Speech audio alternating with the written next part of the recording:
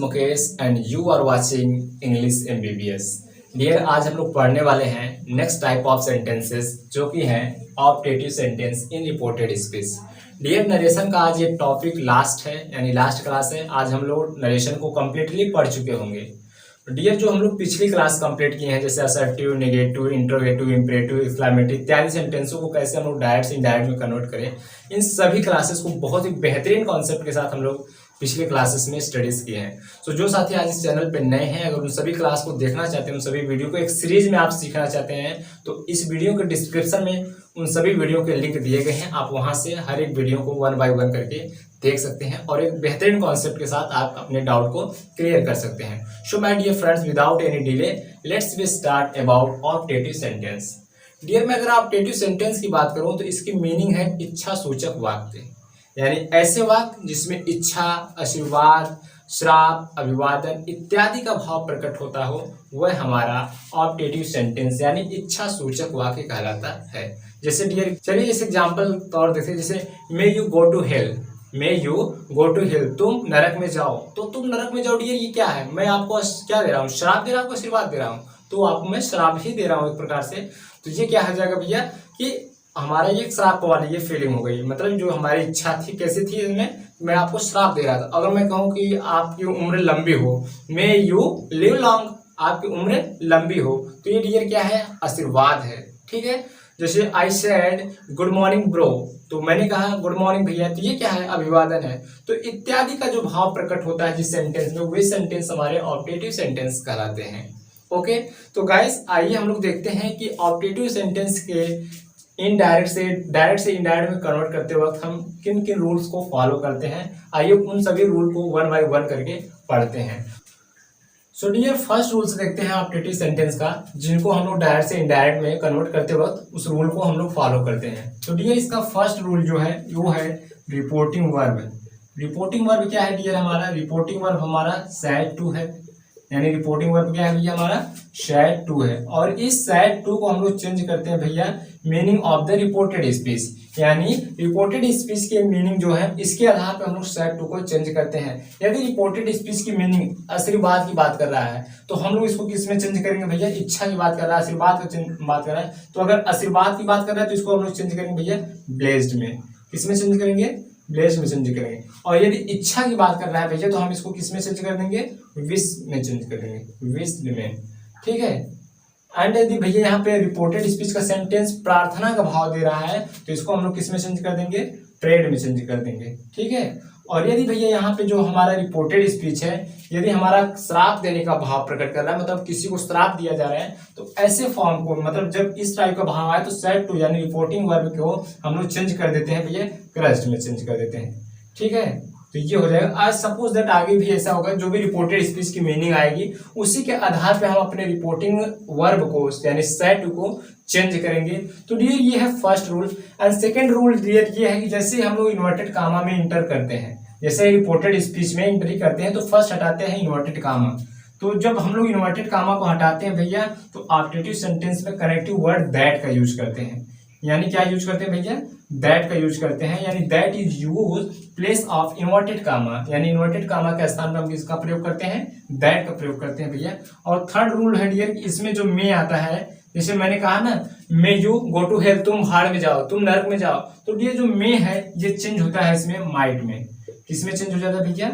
ये चेंज हो जाता है माइट में चेंज होता है। एंड फोर्थ रूल है डियर इसमें कि हम लोग एक्सक्लेमेटरी मार्क, जो इसमें एक्सक्लेमेटरी मार्क होता है, एक्सक्लेमेटरी मार्क होता है भैया, जिसको क्या होता है? एक्सक्लेमेटरी मार्क यही ना होता है, एक्सक्लेमेटरी मार्क, ये इसको हम लोग चेंज कर देते हैं फुल स्टॉप में। यानी जब हम लोग रिपोर्टेड स्पीच के ऑब्जेक्टिव वाले सेंटेंस को इनडायरेक्ट में कन्वर्ट करते हैं तो उस सेंटेंस को इनडायरेक्ट में कन्वर्ट करते हुए हम लोग उसको असर्टिव फॉर्म में चेंज कर देते हैं, यानी उसका पैटर्न क्या हो जाता है भैया? असर्टिव पैटर्न में उसको चेंज कर देते हैं। एंड नेक्स्ट जो रूल है भैया, जैसे हम लोग पिछली क्लास में प्रोनाउन का चेंजिंग कैसे करते पढ़े हैं, तो इसमें भी प्रोनाउन का चेंजिंग होगा। ठीक है, इसमें भी प्रोनाउन का चेंजिंग होगा। प्लस क्या है भैया? टेंस का चेंजिंग इसमें भी होगा, यानी टेंस इसमें भी चेंज होंगे यदि हमारा रिपोर्टिंग वर्ब पास्ट फॉर्म में है। और दूसरा भैया adverb of time and place, ये भी चेंज होंगे। Adverb of time and place, time and place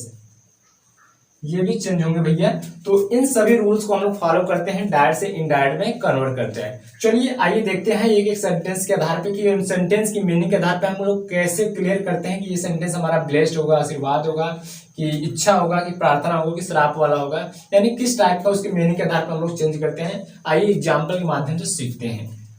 so friends, यहाँ पे कुछ डायरेक्ट स्पीच के सेंटेंस दिए गए हैं जिनको हम लोग अब चेंज करेंगे इनडायरेक्ट फॉर्म में। तो आइए देखते हैं कि ऑपरेटिव सेंटेंस क्या मीनिंग दे रहा है और उसके मीनिंग के आधार पर हम लोग कैसे चेंज करते हैं वन बाय वन इनके सभी रूल्स को फॉलो करके। तो चलिए फर्स्ट हमारा जो एग्जांपल है डायरेक्ट स्पीच के लिए, my mother said to me, मेरी माँ ने मुझसे कही, मे यू लिव लॉन्ग, तुम्हारी उम्र लंबी हो। तो ये जब भी हम लोग अपने पेरेंट्स का, अपने से बड़े बुजुर्ग लोगों का पैर छूते हैं तो हम लोग क्या कहते हैं कि आपकी उम्र लंबी हो भैया, खूब जिंदगी जिया। तो ये क्या है, एक प्रकार से भैया आशीर्वाद तो ही दे रहे हैं ना, मतलब आपको क्या कर रहे हैं, ब्लेसिंग कर रहे हैं, यानी आपको ब्लेस्ड कर रहे हैं, आशीर्वाद दे रहे हैं। तो इस सेंटेंस की मीनिंग क्या निकल रही भैया कि आशीर्वाद की। तो हम इसको चेंज करेंगे माई, किसमें चेंज करेंगे भैया, माई मदर, और भैया माई मदर अपसेट टू को चेंज करेंगे हम लोग ब्लेस्ड में चेंज करेंगे, हो जाएगा ब्लेस्ड। ठीक है, अब देखिए यहाँ पे मी है तो इसको मी लगा देते हैं। अब यहाँ तो हमारा जो रिपोर्टिंग स्पीच था कंप्लीट हो गया, माई मदर ब्लेस्ड मी। अब इन्वर्टेड कॉमा को हटाएंगे तो कनेक्टिव वर्ड दैट लगाएंगे भैया। और जैसे ही हमारा ये ऑब्जेक्टिव सेंटेंस है इसको हम लोग इनडायरेक्ट में कन्वर्ट करेंगे तो ये असर्टिव पैटर्न में चेंज हो जाएगा। और असर्टिव पैटर्न में क्या होता है, ये सब्जेक्ट होता है, वर्ब होता है, फिर ऑब्जेक्ट होता है। तो सब्जेक्ट अब हम लोग रखेंगे तो यू है, यू क्या है, सेकंड पर्सन है।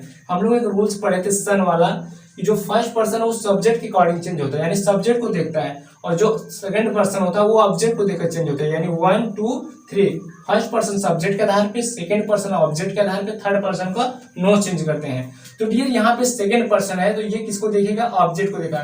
तो रिपोर्टिंग स्पीच का जो ऑब्जेक्ट है ये मी है, तो मी का जब देख कर चेंज होगा तो यहाँ पे ये सब्जेक्टिव केस में है, तो मी ऑब्जेक्टिव केस में है। जब यहाँ पे आएगा तो भैया ये सब्जेक्टिव केस में होगा, तो मी का हो जाएगा आई।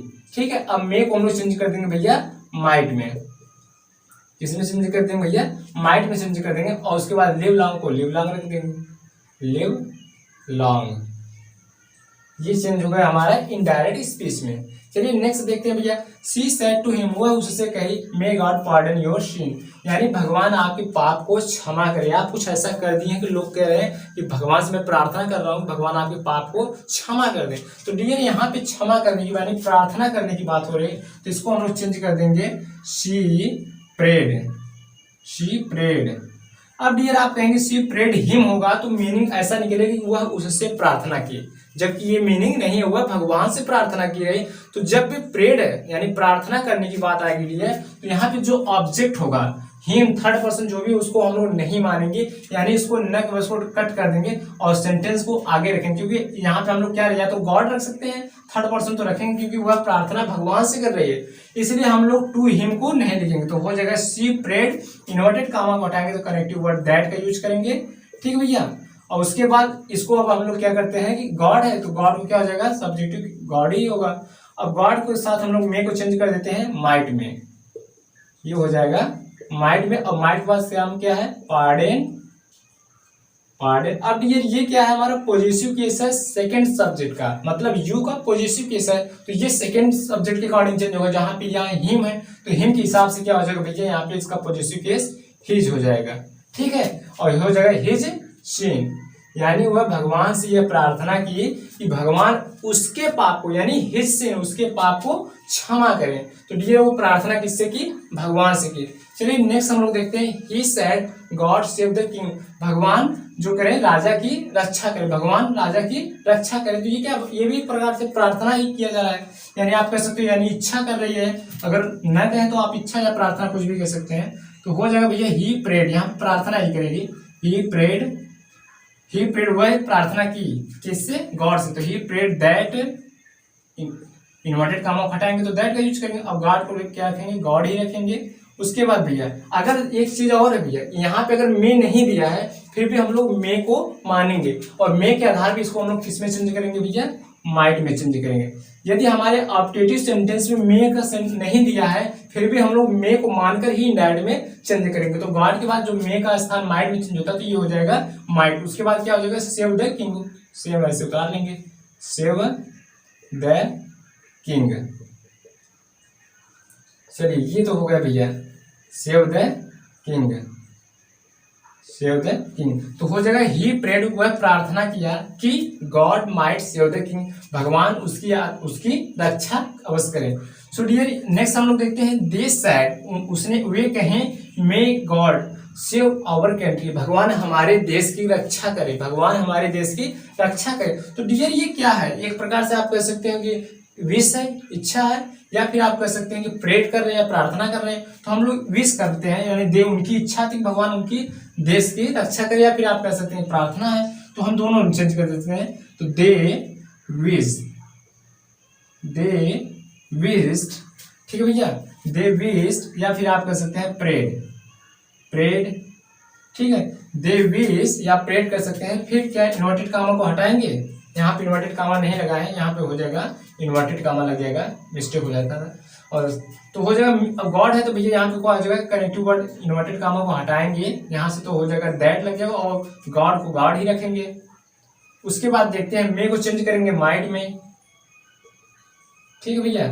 अब देखिए माइट में save our country, save our, अच्छा आवर है, आवर है डियर, तो ये है हमारा, इसको फर्स्ट पर्सन, इसको चेंज करेंगे हम इसके अकॉर्डिंग, दे के अकॉर्डिंग, यानी सब्जेक्टिव केस क्या है हमारा दे, और दे का जो पॉजिटिव केस बनता है दियर बनता है, ठीक है भैया। तो दियर को हम लोग आवर को चेंज करेंगे दियर में, और कंट्री का क्या हो जाएगा भैया, कंट्री ही हो जाएगा, ठीक है। ये चेंज हो गया हमारा इनडायरेक्ट स्पीच में।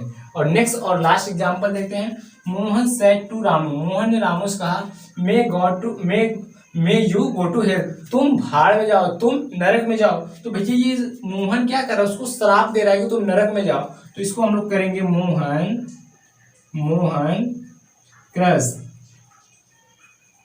क्रश टू रामू, यानी या तो क्रश रामू कर सकते हैं, क्रश रामू।